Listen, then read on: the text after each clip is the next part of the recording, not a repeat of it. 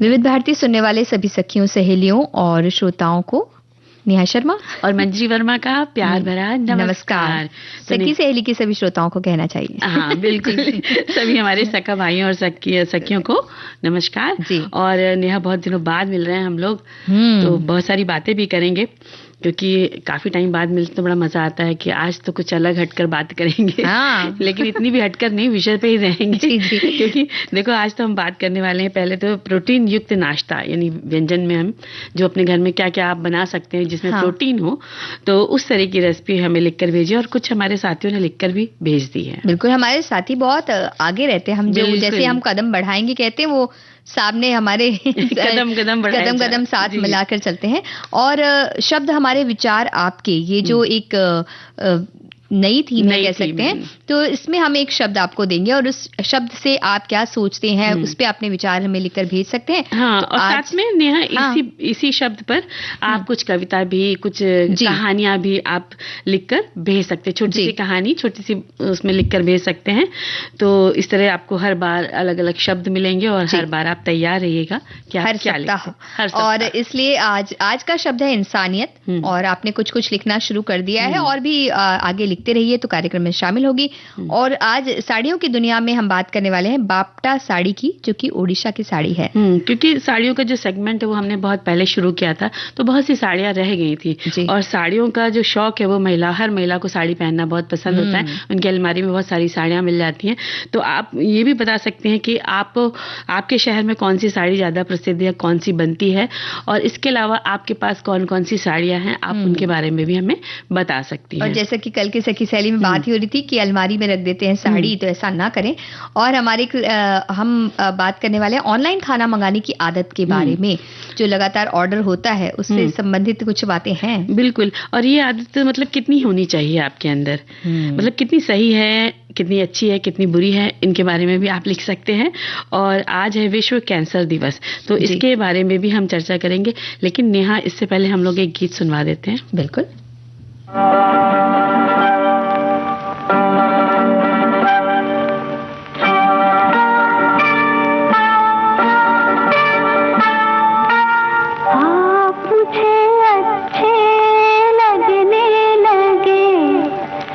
सपने सच्चे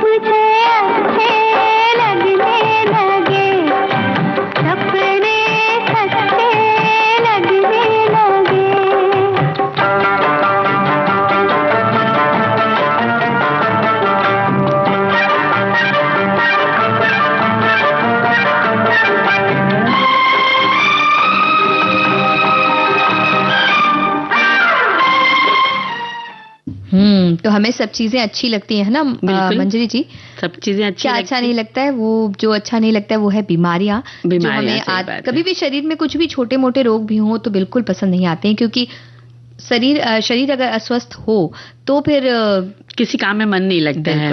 अब अगर काम करना भी पड़ता है तो अपने आप को एकदम दिमागी तौर पे तैयार करना पड़ता है कि हमें ये काम करना है। तो भाई बीमारियां हैं लगी रहती हैं इंसान के साथ, लेकिन जब कोई ऐसी बीमारी आ जाती है जो नाम सुनकर ही हमें लगता है अरे ये क्या हो गया, लेकिन इससे डरने की जरूरत नहीं है। कभी भी कोई बीमारी हो तो हिम्मत से काम ले। आज की बात करने वाले हैं विश्व कैंसर दिवस की। तो विश्व कैंसर दिवस 2026 यानी आज की जो थीम है अद्वितीय से एकजुट यानी यूनाइटेड बाय यूनिक है, जो 2025 से लेकर 2027 के 3 वर्षीय अभियान का हिस्सा है।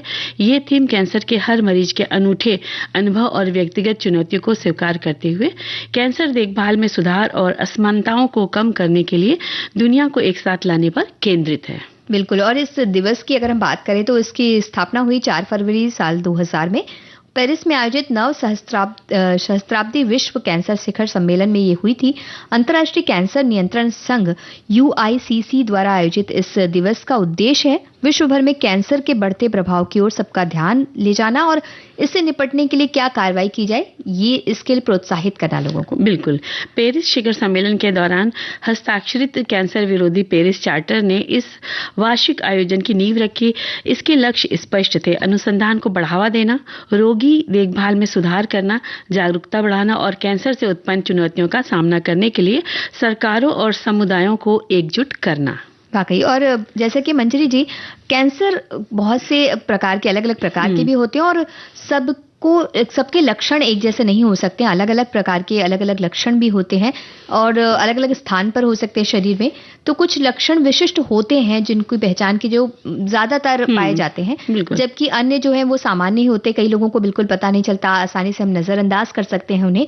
तो इन चेतावनी वाले जो संकेत होते हैं उनको जल्दी अगर हम पहचान लें तो इसका निदान और बेहतर परिणाम हमें प्राप्त हो सकते हैं, जल्दी हम ठीक हो सकते हैं। कुछ जो लक्षण हैं जिन पर हमें ध्यान देना चाहिए, जरूरी नहीं कि वो कैंसर के ही लक्षण हो, किसी और बीमारी के भी लक्षण हो सकते हैं, लेकिन जितनी जल्दी हम जाएं और जांच करवा लें वो बेहतर होता है। तो इसलिए जो कुछ लक्षण होते हैं जैसे अस्पष्टीकृत, पता नहीं है क्यों वजन घट रहा है लगातार, या लगातार थकान रहना, जो हमारे शरीर की त्वचा है उसमें कुछ परिवर्तन आते हैं, गांठें या सूजन हो सकती है स्तन कैंसर के मामले में, जैसा कि कहा जाता है महिलाएं और पुरुष भी इसकी जांच करते रहे, खुद से भी जांच कर सकते हैं, समय समय पर जांच करवा सकते हैं।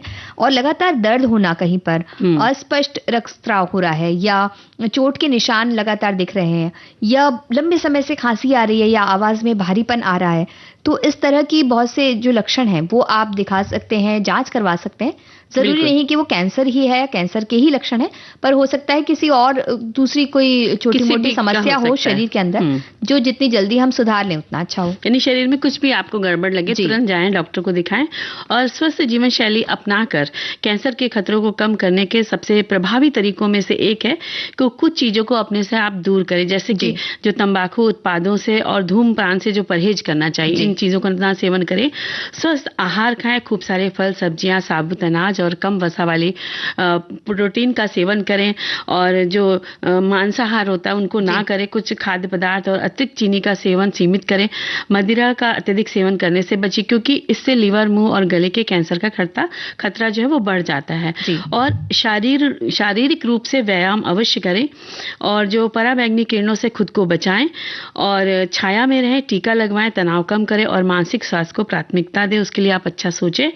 और नियमित जांच और परीक्षण, जैसा कि तुमने कहा है, वो अवश्य कराएं और शुरुआती पहचान से कैंसर का निदान, उपचार योग्य चरणों में किया जा सकता है। बिल्कुल। और जो विश्व कैंसर दिवस की जो थीम है या उद्देश्य है कि कैंसर के खिलाफ लड़ाई जो हम लड़ने चाहते हैं, इससे मुक्त होना चाहते हैं, तो इसके लिए सामूहिक प्रयास की हमें आवश्यकता है और इसके लिए सभी को मिलजुल कर एकजुट होकर काम करना होगा। जागरूकता फैलानी जरूरी है, शीघ्र निदान किस तरह से हो इसकी ओर बढ़ावा देना है, निवारक उपाय क्या हो सकते हैं, किस तरह से हम बच सकते हैं, क्या क्या रोकथाम किए जा सकते हैं, उस पर हमें ध्यान देना जरूरी है।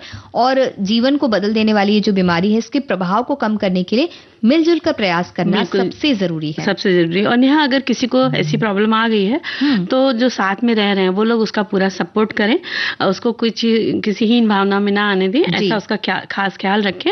और हमारे साथी भी लिखते हैं कि 4 फरवरी को ये दिवस मनाया जाता है। इसका मुख्य उद्देश्य है कैंसर जैसी बीमारी के प्रति लोगों को जागरूक करना कि क्यों होती है, इसके लक्षणों पर ध्यान केंद्रित करना, जैसा अभी हम लोग बात ही कर रहे थे। और साथ ही साथ हम इससे अपना बचाव कैसे कर सकते हैं, ये दिन इस विषय की ओर भी हमारा ध्यान खींचता है। कैंसर एक बहुत ही खतरनाक बीमारी है, जिनको मैं उनसे ये कहना चाहूंगी कि आप सबको हिम्मत से काम लेना चाहिए, और जिनको भी लगता है कि उनको थोड़े से लक्षण दिख रहे हैं इस बीमारी से, तो वो तुरंत ही डॉक्टर के पास जाकर चिकित्सा की पूरी सुविधा जांच कराएं और जो भी डॉक्टर कहते हैं उसका पूरा पालन करें। बिल्कुल, डॉक्टर के पास जाना और जांच करवाना बेहद जरूरी एक कदम है जो उठाना ही चाहिए। हमारे एक साथी कह रहे हैं कि 4 फरवरी को कैंसर के बारे में जागरूकता बढ़ाने, रोकथाम को प्रोत्साहित करने के लिए ये दिवस मनाया जाता है। और जो हमने कहा वो सारी बातें इन्होंने लिखी हैं, उसके बारे में जानकारी। और साथ में लिख रहे हैं कि सबसे आम कैंसरों में स्तन कैंसर, फेफड़ों का cancer, colorectal cancer, prostate cancer, melanoma और गैल मेलेनोमा, त्वचा कैंसर, मूत्राशय का कैंसर, पेट का कैंसर और यकृत का कैंसर शामिल है। कैंसर की रोकथाम के लिए जामुन इतने महत्वपूर्ण क्यों है, ऐसा ये लिख रही हैं। ब्लूबेरी एंटीऑक्सीडेंट के सबसे शक्तिशाली स्रोतों में से एक है। ब्लूबेरी में विशेष रूप से पाए जाने वाले कैंसर रोधी रसायनों में एंथोसाइनोसाइड्स सबसे शक्तिशाली एंटीऑक्सीडेंट में से एक, और रेस्वेराट्रोल जो लाल अंगूर के छिलके में पाया जाता है शामिल है। लेकिन हम ये भी बता दें कि कोई भी जो भी इस तरह की चीजें हैं जो भी आप खाते हैं, वाकई सब हर फल में कुछ ना कुछ गुण होते हैं, लेकिन हर व्यक्ति के हिसाब से गुण भी कभी कभी अवगुण में बदल जाते हैं। क्योंकि जैसे प्रोटीन अच्छा होता है सभी के लिए, लेकिन सभी के लिए अच्छा नहीं होता। कुछ शारीरिक ऐसी बीमारियां होती हैं जिनमें प्रोटीन बिल्कुल मना होता है। सही इस वजह से किसी चीज में ये उपयोगी चीज पाई जाती है के लिए आप उसका सेवन नहीं कर सकते हैं। हाँ, क्योंकि जो भी हम बता रहे हैं तो एक जानकारी है, लेकिन आप इसको भी आप अच्छे से समझ कर लीजिए कि आपके शरीर के लिए क्या जरूरत है, उस हिसाब से खाएं। और हमारे एक श्रोता लिखते हैं कि पैसिव स्मोकर अर्थात जो सिगरेट और बीड़ी का सेवन भी नहीं करते हैं, सिर्फ नजदीक होने के कारण इन हानिकारक चीजों का सेवन करने वाले के धुएं से भी इस तरह की बीमारी खतरनाक मतलब आप ग्रस्त हो सकते हैं। मतलब धुआं भी कोई पी रहा है और धुआं आपको लग रहा है तो उससे भी हो सकता है। इसीलिए जो भी इन चीजों का सेवन करते हैं उनसे लड़ना नहीं, परंतु रिक्वेस्ट करनी है कि वो ये चीज ना करें, और कहीं और जाकर करना ही है तो वे कहीं और करें, लेकिन ना करें तो ज्यादा अच्छा है। सावधानी आप अपने शरीर के लिए भी करेंगे तो वो भी अच्छा है, और साथ में आपका परिवार भी आपसे खुश रहेगा, क्योंकि आप स्वस्थ हैं तो परिवार स्वस्थ है। बिल्कुल। और अच्छे स्वास्थ्य के लिए सबसे जो जरूरी चीज है, सबसे जरूरी दवा जो है वो है संगीत। तो क्यों ना उसका साथ लिया जाए।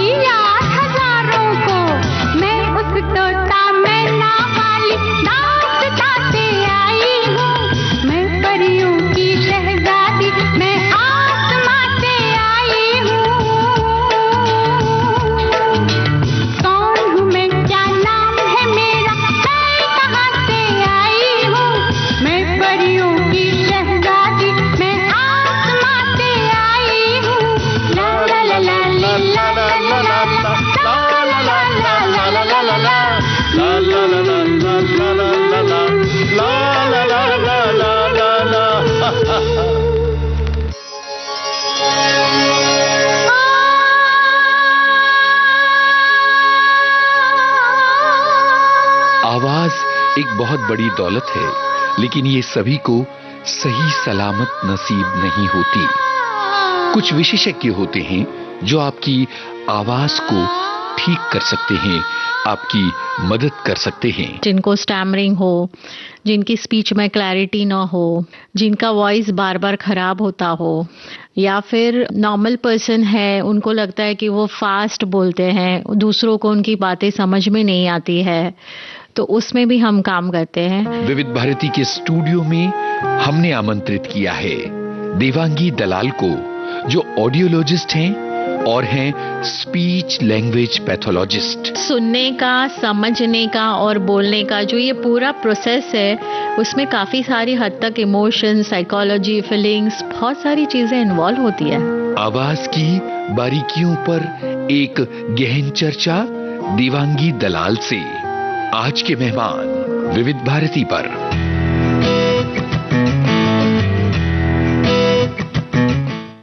और विविध भारती पर इस समय आप सुन रहे हैं कार्यक्रम सखी सहेली, और दोनों सखियां मिलकर बात करेंगी अगले विषय पर, जो हमारा है सबसे प्यारा विषय है ना, साड़ियों की दुनिया, जिसमें बाप्टा साड़ी उड़ीसा की एक प्रसिद्ध पारंपरिक हथकरघा साड़ी है। इसका संबंध मुख्य रूप से कटक, संबलपुर और सोनपुर क्षेत्रों से माना जाता है। और बाप्टा शब्द का अर्थ है रेशम और सूती धागों का मिश्रण। पुराने समय में ये साड़ियां मंदिरों, त्योहारों और शाही परिवारों में विशेष रूप से पहनी जाती थी। उड़ीसा की बुनाई कला और सांस्कृतिक पहचान का एक महत्वपूर्ण हिस्सा है। बिल्कुल। और बाप्टा साड़ी का नाम उस हथकरघा कपड़े के नाम पर रखा गया है जिससे ये बनाई जाती है। साड़ी का मुख्य भाग टसर या कोसा रेशम से बुना जाता है, जबकि बॉर्डर और पल्लू सूती होते हैं। ये साड़ियां आमतौर पर केवल विशेष अवसरों पर पहनी जाती हैं और दैनिक उपयोग के लिए नहीं होती। जैसा अभी तुम पूछ रही थी ना कि ये साड़ी कैसी होती, तो पता चला ना तुम्हें कि पल्लू सूती होता है। जी।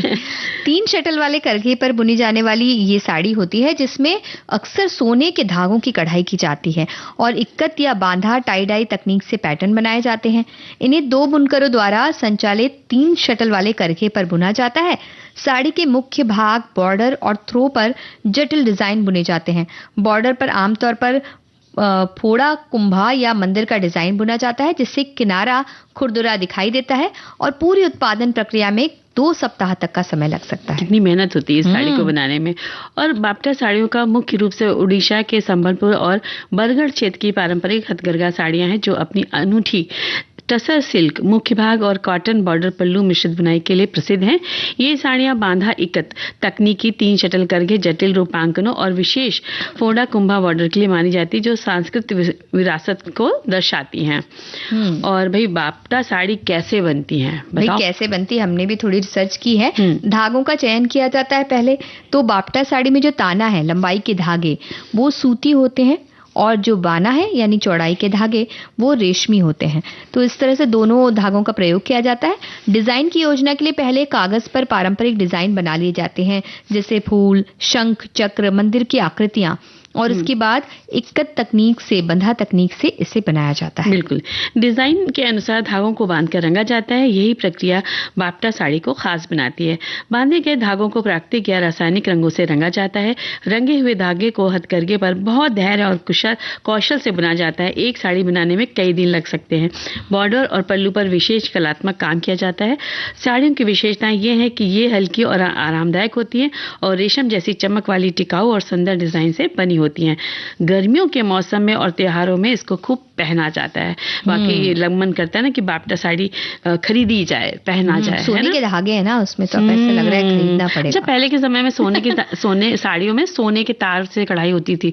तो जब बहुत पुरानी हो जाती थी तो वो लोग उसको साड़ी को जला के सोना के तार वो निकाल लिया करती थी। हमने ऐसा सुना है अपने घर में। और हमारी जो सखियों ने भी, बहुत सारे सखाओं ने भी कमेंट लिखे हैं कि उड़ीसा की बाप्टा साड़ी संबलपुर हथकरघा की एक प्रमुख शानदार किस्म है, जो अपने अनूठे इक्कत और कढ़ाई के संगम के लिए जानी जाती है। ये सिल्क और कॉटन के धागों के मिश्रण से बुनी जाती है और जो इसे रेशमी चमक के साथ आरामदेह बनाती है। इस पर अक्सर मछली की हड्डी या ज्यामितीय डिजाइन देखे जाते हैं जो राज्य की समृद्ध कलात्मक विरासत को दर्शाते हैं। और हमारे को साथी ने कुछ बातें हमने जो कही वही लिखी है कि बापटा साड़ी उड़ीसा की भारतीय हथकरघा का एक बेहद खूबसूरत और अनूठा उदाहरण है। इसकी बुनावट की वजह से पूरी दुनिया में मशहूर है। ये खास बुनावट होती है, जैसे कि हमने कहा कॉटन और सिल्क का मिश्रण होता है और ताने बाने इस तरह से चुने जाते हैं। और उसके अलावा क्योंकि साड़ी सूती साड़ी के जैसे ही आरामदायक हो जाती है, क्योंकि पूरी सिल्क हो तो थोड़ी मुश्किल होती है, लेकिन सूती और सिल्क मिली जुली ये जो साड़ी है ये इस तरह से होती है। इक्कत का जादू इसमें होता है। बापटा साड़ियों में मुख्य रूप से बंद कला का या इक्कत कला का प्रयोग किया जाता है। बुनाई से पहले ही धागों को बांधकर रंगा जाता है, तो बहुत ही खूबसूरत से और थोड़े जटिल से सुंदर ज्यामितीय पैटर्न उभर जाते हैं इसमें। और पारंपरिक डिजाइन इसके होते हैं, शंख चक्र फूल मछली जैसे पारंपरिक डिजाइन इसमें डाले जाते हैं। बॉर्डर और पल्लू बहुत गहरे रंगों में होता है, जैसे मैरून कलर का, काला कलर का या गहरा हरे रंग का होता है, तो एकदम एलिगेंट लुक इसको मिलता है पहनने से। तो भाई एक प्यारा सा गीत भी सुन लिया जाए, फिर हम और सबके कमेंट्स पढ़ेंगे। बिल्कुल।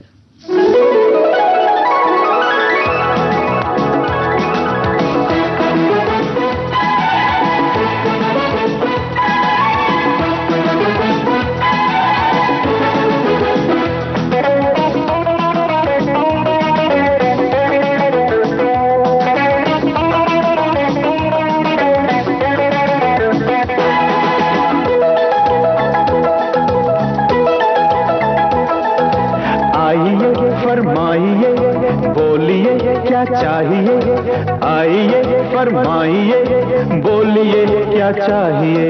सिल्क, पटोला, कांजीवरम, शिफॉन, मेरी दुकान में हर चीज मिलेगी। तुझ पे ये रंग ये डिजाइन खिलेगी। मेरी दुकान में हर चीज मिलेगी। तुझ पे ये रंग ये डिजाइन खिलेगी। तो आइए फरमाइए बोलिए क्या चाहिए। आइए फरमाइए बोलिए क्या चाहिए।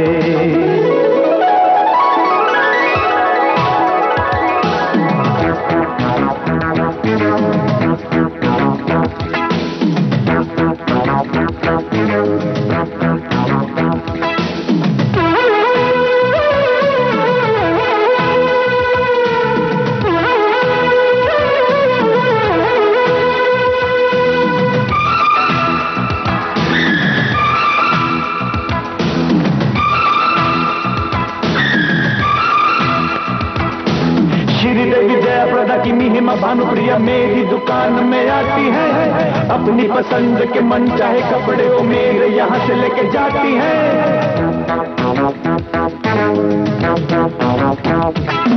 नीली नीली आंखों वाली राम तेरी गंगा मैली कपड़े यहाँ सिलवाती है।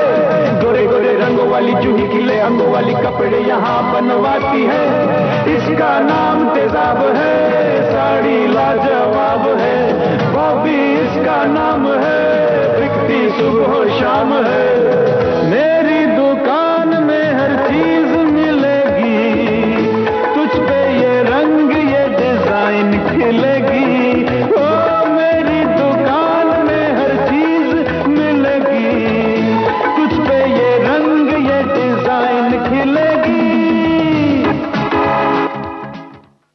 तो ऐसी दुकानों में सब जाना पसंद करते हैं जहाँ हर तरह की साड़ियाँ मिले। बिल्कुल बिल्कुल, मेरा भी मन करता है ऐसे ही जाएं, लेकिन फिलहाल तो जब बहुत सारे संदेश होते हैं ना तो लगता है भाई किस संदेश में जाएं।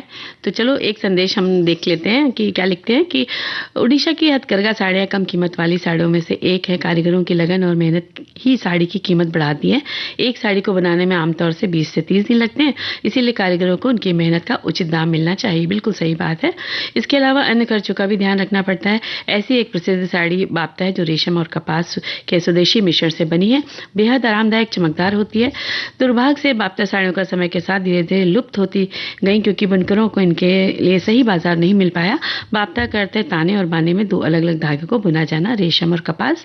और इस तरह की साड़ियाँ जिसकी डिजाइन सरल होती है, सुंदर और सादगी होती है। तो भला इससे ज्यादा क्या चाहिए? ऐसी साड़ियाँ मिले तो जरूर खरीदें। और हमारे एक और साथी वही बता रहे हैं कि किस तरह से बनाया जाता है तकनीक के अलावा। इन्होंने कहा कि जो सदियों से प्रचलित हैं इस तरह के बॉर्डर्स में, लेकिन बाजार की कमी के कारण लुप्त प्राय है हो रही थी। हालांकि अब बाप्ता रिवाइवल प्रोजेक्ट के जरिए इन्हें फिर से जीवित किया जा रहा है, ऐसा इनका कहना है। हमारे एक और साथी हैं वो भी बता रहे हैं कि किस तरह की इसकी बुनाई होती है और जरी का काम होता है, और ये अपनी सादगी और जटिल इक्कत पैटर्न के लिए जानी जाती है, ऐसा इन्होंने लिखा। साथ ही लिखा है इससे पारंपरिक और समकालिक दोनों लुक मिलता है। ये सादगी मिलती है और इक्कत पैटर्न की वजह से ऐसा होता है, ऐसा इनका कहना है। और एक साथी लिखते हैं कि बाप्ता साड़ी ऐसा माना जाता है कि ये कला मूलिया समुदाय के पास पश्चिमी उड़ीसा में आई, जो 1192 ईस्वी में मुगलों के हाथों चौहान साम्राज्य के पतन के बाद उत्तरी भारत से जो भाग गए थे उसके बाद आई। तब से लेकर 1925 तक ये कला पश्चिमी उड़ीसा से सीमित डिजाइनों और वनस्पति रंगों में फली फूली और मुख्य रूप से उड़ीसा की महिला द्वारा पहने जाने वाली साड़ियों में से इसका उपयोग होता रहा है, ऐसा इन्होंने जानकारी दी है। कई तरह की साड़ियां होती जिन पर बातें तो होने वाली, और हमारे साथी भी अपने जो उनके प्रदेश की जो सबसे अच्छी साड़ी होती हो, जो वहां मिलती हो, खास वहां मिलती हो, उसके बारे में बता सकते हैं, उनके नाम हमें बता सकते हैं। तो कार्यक्रम में वो सारी साड़ियों के बारे में जिक्र भी हो जाएगा। कुछ जानकारी अगर हमें ना हो तो वो हमें बांट सकते हैं हमारे साथ। तो इस तरह की बातें करने से क्या होता है कि अलग अलग तरह की साड़ियां सबके पास हो जाएंगी। बिल्कुल, कम से कम जानकारी तो हो ही जाएगी, है ना? जानकारी हो जाएगी। फिर ऐसा लगेगा कि जब भी हम वहां घूमने जाएंगे तो जैसे पर्यटन में हमने कई जगहों की सैर की, अब हमें ये पता चल जाए कि कहाँ कौन सी अच्छी साड़ियां मिलती हैं, तो हम जाएं और वहां से ले लें। बिल्कुल, और साड़ियां तो अपने पास जितनी भी हो ना उतनी ही कम होती हैं। लगता है ये हर तरह की, हर जगह की साड़ियां भले चाहे पहने ना, लेकिन साड़ियां होनी चाहिए। तो इन साड़ियों को संभालने के लिए लेते हैं एक ब्रेक। हाँ?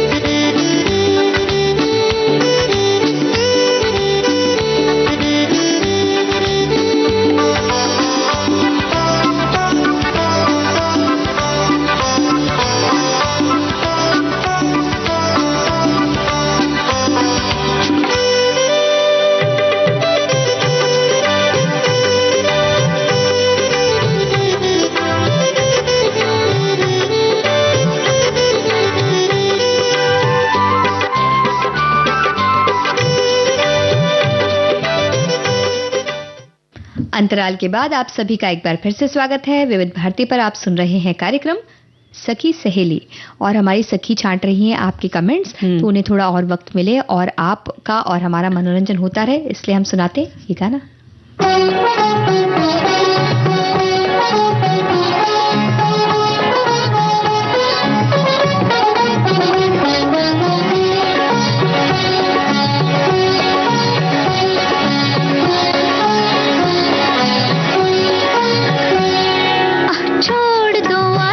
जमाना क्या कहेगा, ओ छोड़ दो आंचल, जमाना क्या कहेगा।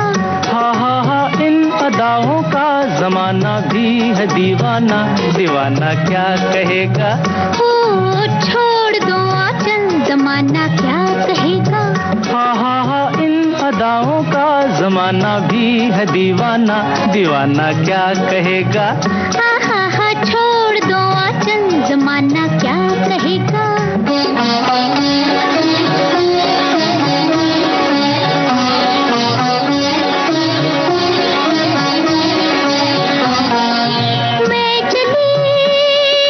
मैं चली अब खूब छेड़ो प्यार के अफसाने, कुछ मौसम है दीवाना, कुछ तुम भी हो दीवाने। मैं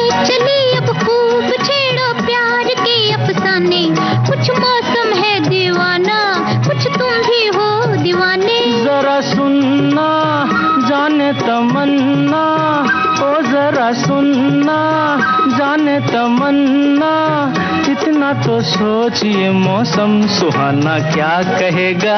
ओ छोड़ दो आंचल जमाना क्या कहेगा। हा इन अदाओं का जमाना भी है दीवाना, दीवाना क्या कहेगा। हा छोड़ दो आंचल जमाना क्या कहेगा।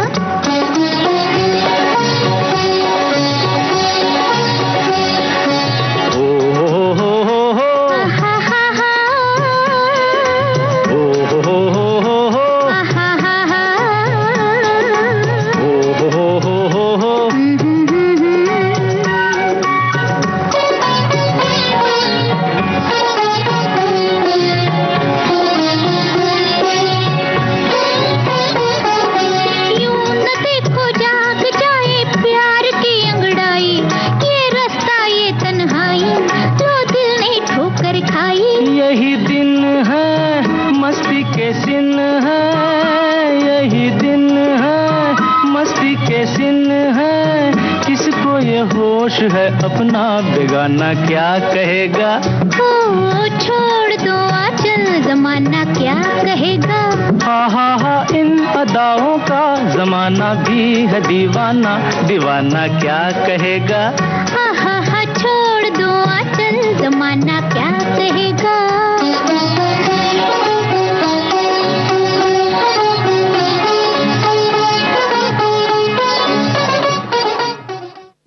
तो मंजरी जी, आपने ये गाने चलते गाने के चलते हुए आपने कितने सारे कमेंट्स जोड़ लिए ना ऑनलाइन। हाँ, मैं खोजने में लगी हुई थी। आपको ऑनलाइन कमेंट्स आते हैं, आप उसको जोड़ती हैं। हम तो ऑनलाइन खाना मंगा करके उसे खा पी कर अपने अंदर फैट जोड़ते हैं। नहीं देखो, इसीलिए हम आज ये बात करने वाले हैं कि ऑनलाइन खाना मंगाने की आदत जो होती है वो कहीं बहुत ज्यादा आदत ना हो जाए। आपको फिर घर के खाने ना अच्छे लगने लगे तो आदत हो, ठीक है, मंगाना अच्छी बात है, आप कभी भूख लगी तो मंगाइए, लेकिन लत नहीं होनी चाहिए। है ना, तो थोड़ा सा ध्यान रखना है। और आजकल के देखो बच्चे हैं, हम सभी हैं, हम सबको ऑनलाइन फटाफट खाना मंगा लेते हैं। कितना भी रात हो रही हो, खाना बुक कर देते हैं, वो आ गया, खा लिया। तो उससे क्या होता है, घर के खाने को का टेस्ट, उन्हें स्वाद, उन्हें बच्चों को पसंद नहीं आता है। तो आज हम वही बात करने वाले हैं कि भाई इसकी लत ना बनाए। ठीक है, आप कभी कभी मंगाते हैं तो मंगाइए जरूर, ऐसा नहीं है, लेकिन घर का भी खाइए और उसका भी खाइए। तो हमारे जो साथी लोग हैं वो लिखते हैं कि ऑनलाइन खाना मंगाने की आदत अभी एट नहीं रही, अब दिनचर्या एक की जरूरत हो गई है। महानगर में तो काफी चलन में है, सप्ताह में 2 दिन किचन बंद रहता है, पर अब ये छोटे जगह में भी काफी चलन में है, खासकर बच्चे और युवा पीढ़ी। यानी कि सब जगह ये चीज हो गई कि ऑनलाइन फट से बच्चों ने अपने मोबाइल से किया और आ गया खाना। और कई बार ऐसा भी होता है कि हम जो घर में खाना बना है अच्छी तरह से, कभी कभी ऐसा होता है कि किसी काम में हम व्यस्त हैं या कोई बहुत जरूरी काम है तो हम नहीं बना पा रहे हैं, उस वक्त तो हम मंगा लेते हैं। लेकिन कई बार आजकल ऐसा होने लगा है कि हमने खाना बनाया है लेकिन हमें पसंद नहीं है, हमें ये सब्जी नहीं खानी है, तो हमने सीधा बाहर से ऑर्डर कर लिया। और एक तो उसमें पैसे भी ज्यादा लगते हैं, दूसरा सामान क्या आ रहा है, किस तरह की चीज बनी हुई है, वो भी हमें पता नहीं रहती है। हमारे साथी ने लिखा है कि क्या क्या उसके फायदे नुकसान दोनों लिखे हैं उन्होंने, कि ऑनलाइन खाना मंगाना सुविधा और विविधता के लिहाज से बहुत लाभदायक है, समय बचाता है, देर रात तक भोजन का विकल्प प्रदान करता है।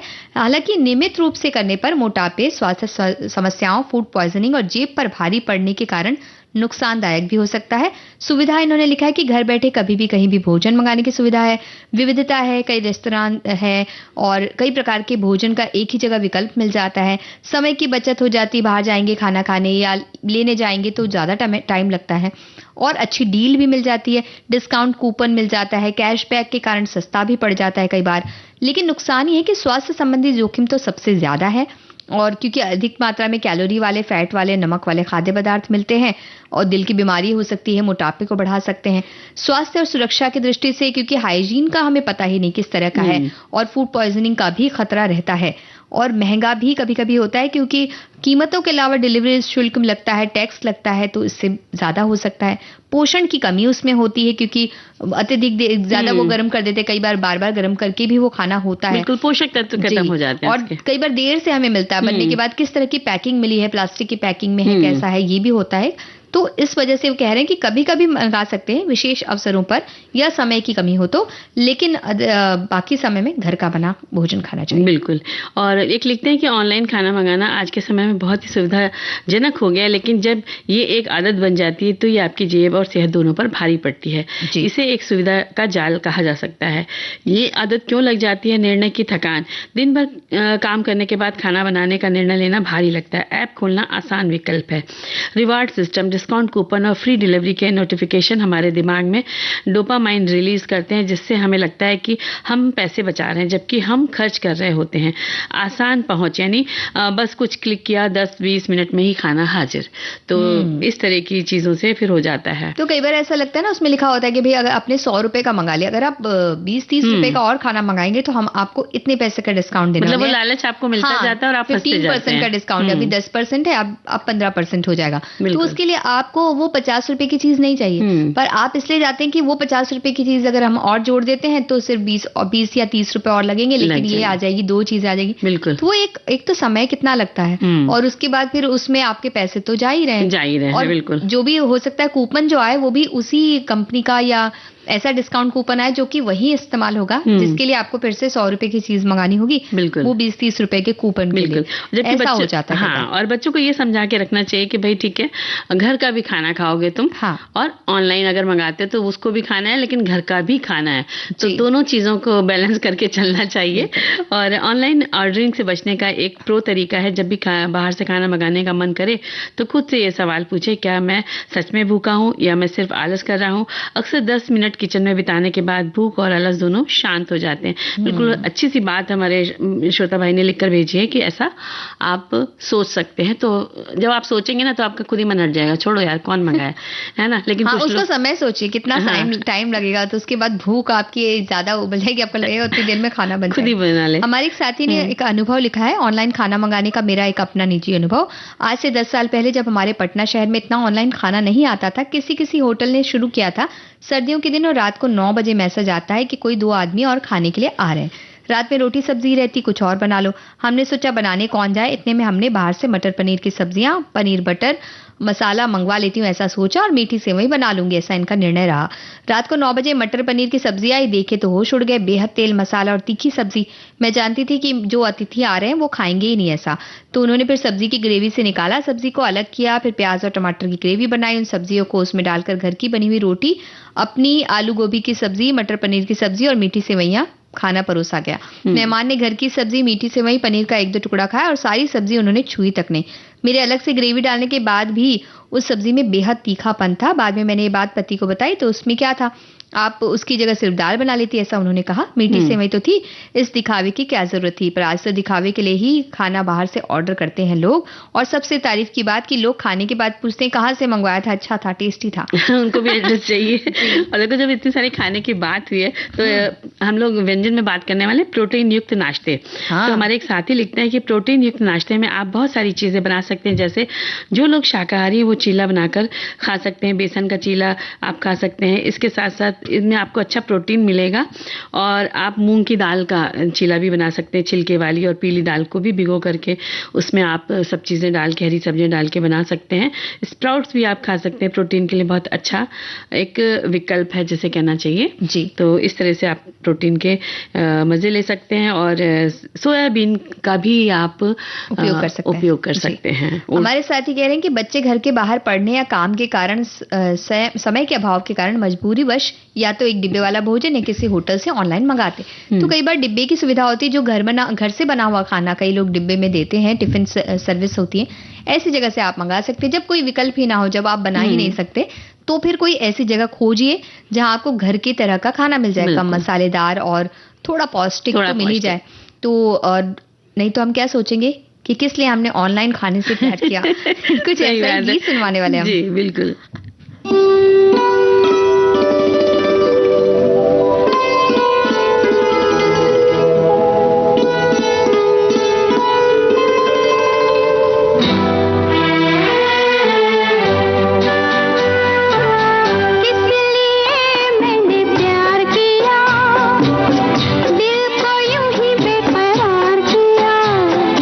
शाम सवेरे तेरी राह देखे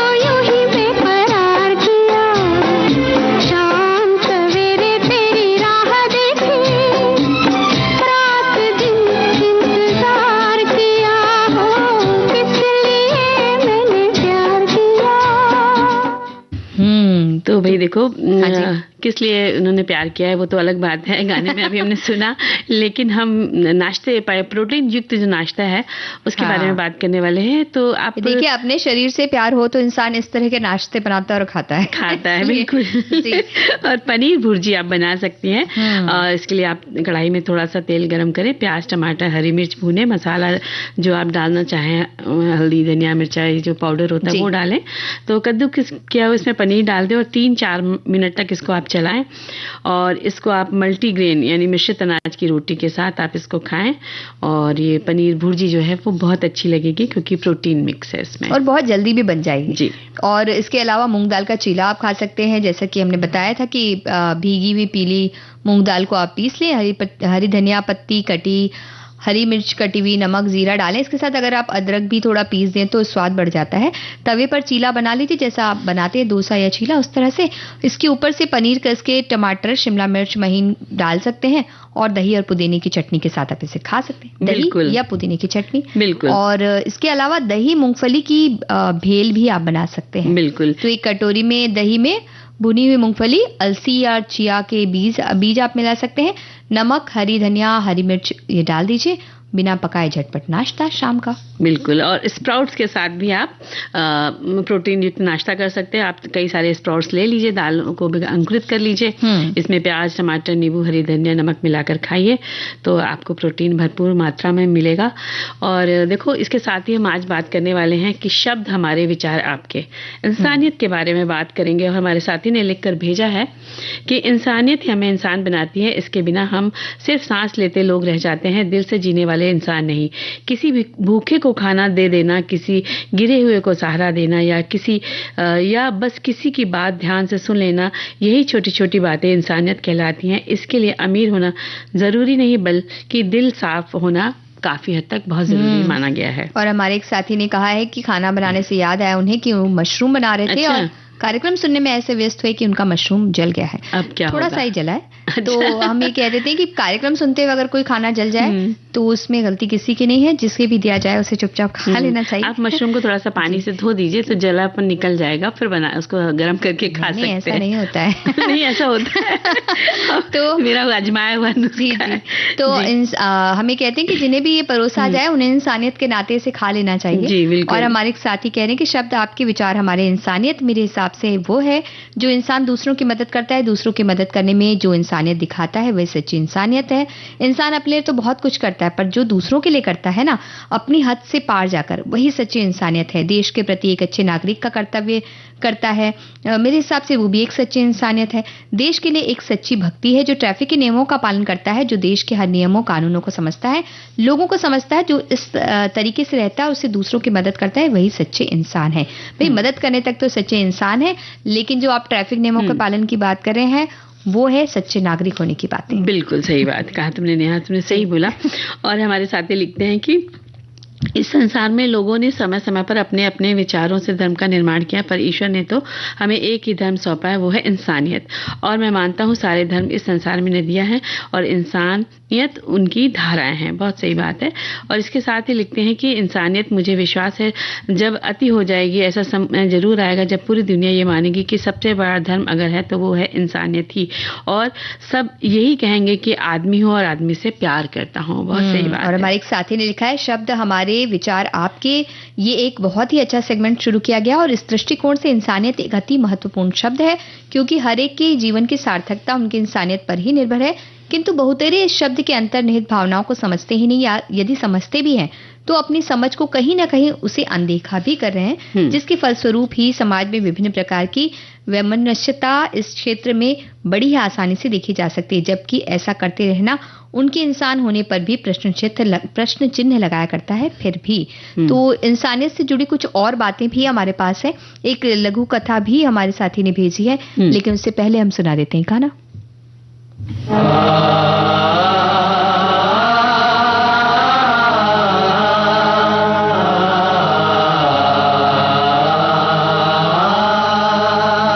इंसान का इंसान से हो भाईचारा, यही पैगाम हमारा, यही पैगाम हमारा।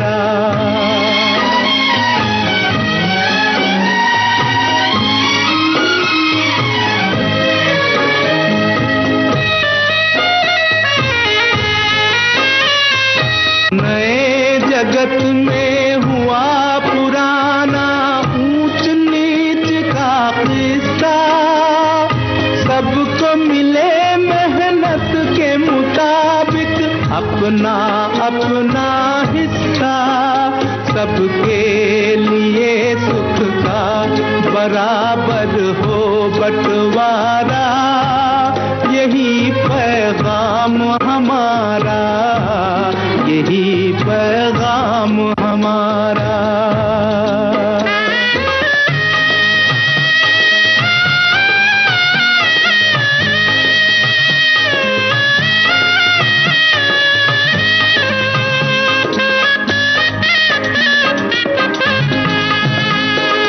हर एक महल से कहो कि झोपड़ियों में दिए जलाए,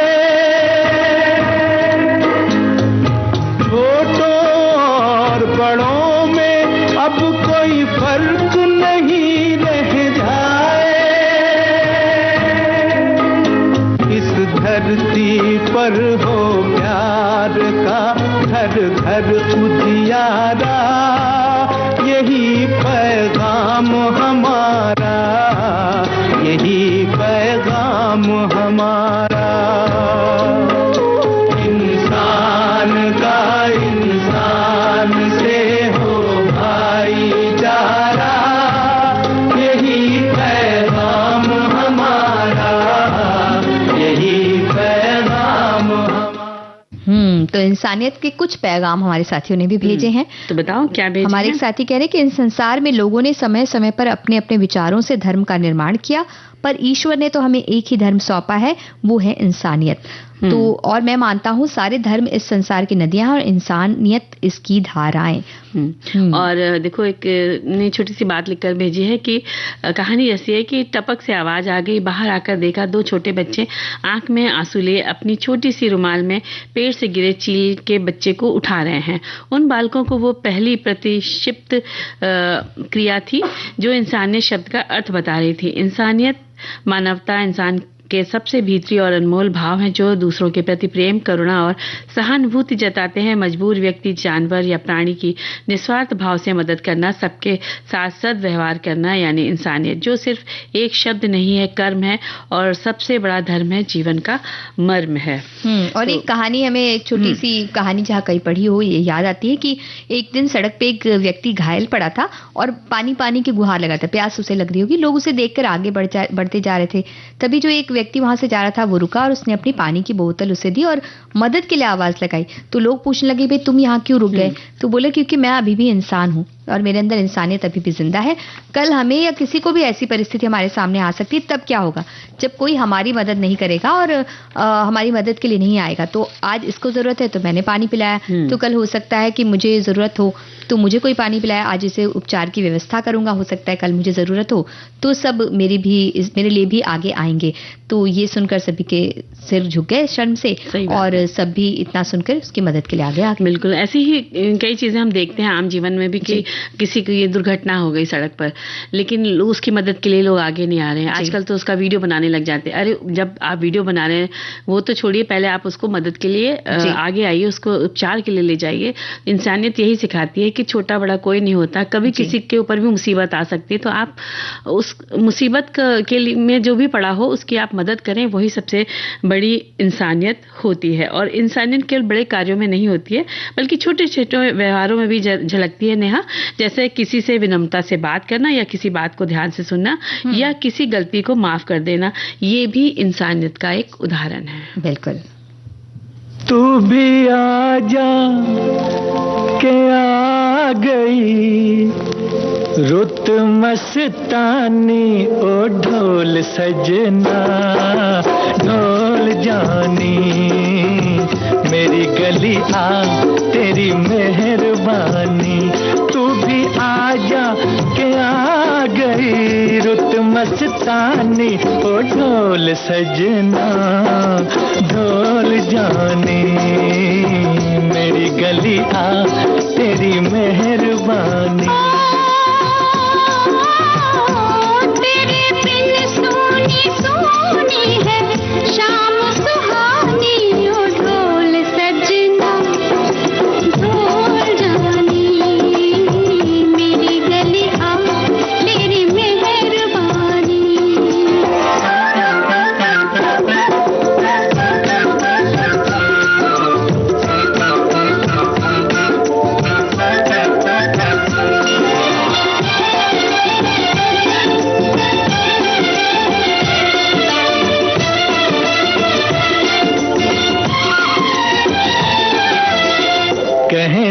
सुननी है, कितनी ही बातें कहनी है, सुननी है कितनी ही बातें। थोड़े से दिन है ये, थोड़ी सी रातें, ओ ऐसा ना हो कि ऐसा ना हो गुजर जाए यूं ही जवानी। ओ ढोल सजना ढोल जानी, मेरी गली आ तेरी मेहरबानी। तेरे बिन सोनी सोनी है शाम सुहानी। ओ ढोल सजना ढोल जानी, मेरी गली आ तेरी मेहरबानी। तो मंजरी जी, मेहरबानी तो हम कर होगी कि हम बार बार यहाँ आना चाहते हैं। बिल्कुल, हमारी गली में आप लोग सभी लोग आते जाते रहिए, विविध भारती के पेज पर जुड़े रहिए और कमेंट्स करते रहिए और हमारी बातों का आनंद लेते रहिए, है ना? और आनंद तो लेते रहिए, हम भी चाहते हैं कि हम और बातें करते हैं, लेकिन हमें जाना ही होगा, जाना ही पड़ेगा। तो समय कम है जी। कार्यक्रम से लेते हैं इजाजत। स्वीकार कीजिए नेहा शर्मा और मंजरी वर्मा का नमस्कार।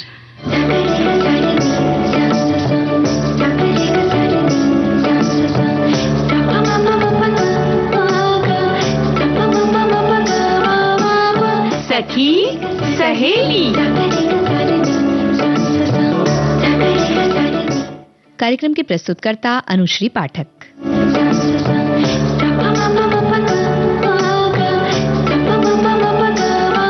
सखी सहेली।